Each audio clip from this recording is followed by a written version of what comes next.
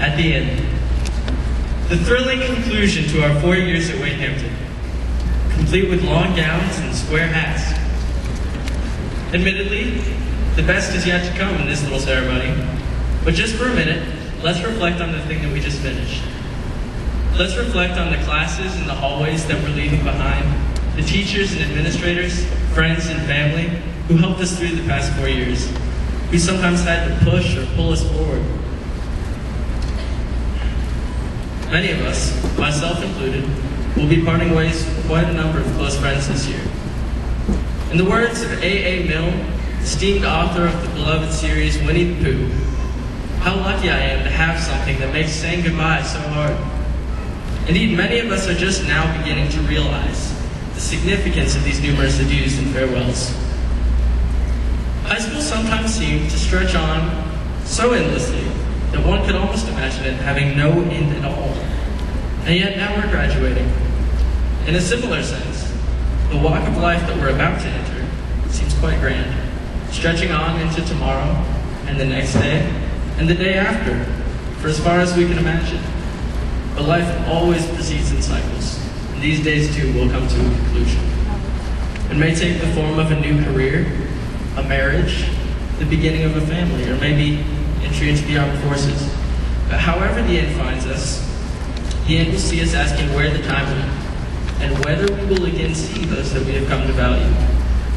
The fact is, no matter how old or young you are, you and I are each faced with a window of opportunity that we will never again have in front of us. A window that once closed will never again reopen. In the words of Gandalf the Grey, Tolkien's voice of comfort and wisdom, all that we have to decide is what to do with the time that is given to us. So what do we do with the time that is given to us? With the window of opportunity in front of which we now stand? Will we pursue wealth and fame? Maybe we'll seek knowledge or personal strength.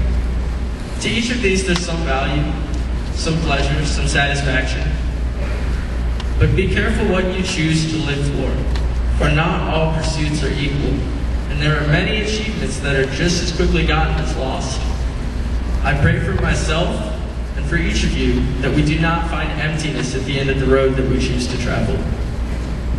Fame, wealth, and prestige, though coveted, these seem to me to be lonely and hollow goals in and of themselves. There's nothing inherently wrong with any of them, should you happen to find them. But I would rather not join the ranks of those countless men and women who spent their whole lives chasing goals such as these, only to find themselves at life's end no better off than the fellow in the next casket over. No.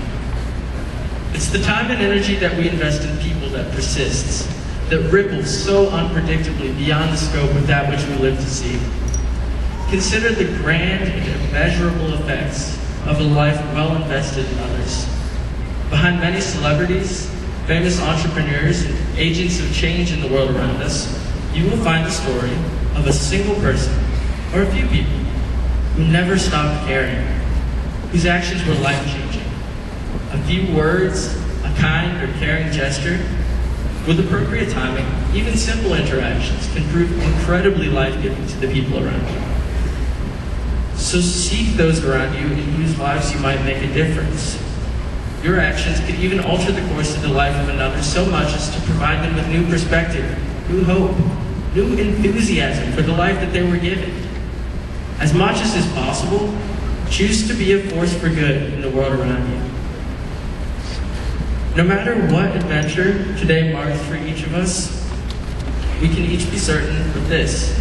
These cycles of life, they will continue. The beginning marked by these next few months will eventually fade. It will fall to the rhythms of everyday life, and then before we know it, we'll be faced with another ending. So live today in such a way that that day is a happy one, marked by satisfaction. Goodbyes can be difficult, can be tearful, but it is far better to smile through tears of happiness for what is past than to grit your teeth through tears of regret for what might have been. And if you reach a day when the darkness of regret begins to obscure your view on life, know this: you are always faced with a chance to begin anew. That is part of the promise of Jesus Christ, new freedom here on earth. There is no reason to be limited by yesterday's mistakes. A fresh start is available to you.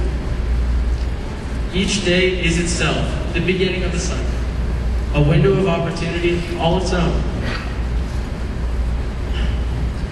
So, to each of those who will today walk across the stage with me to receive a diploma, I wish you the best.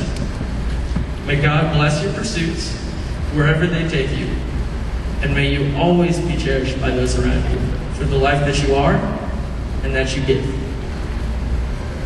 Thank you.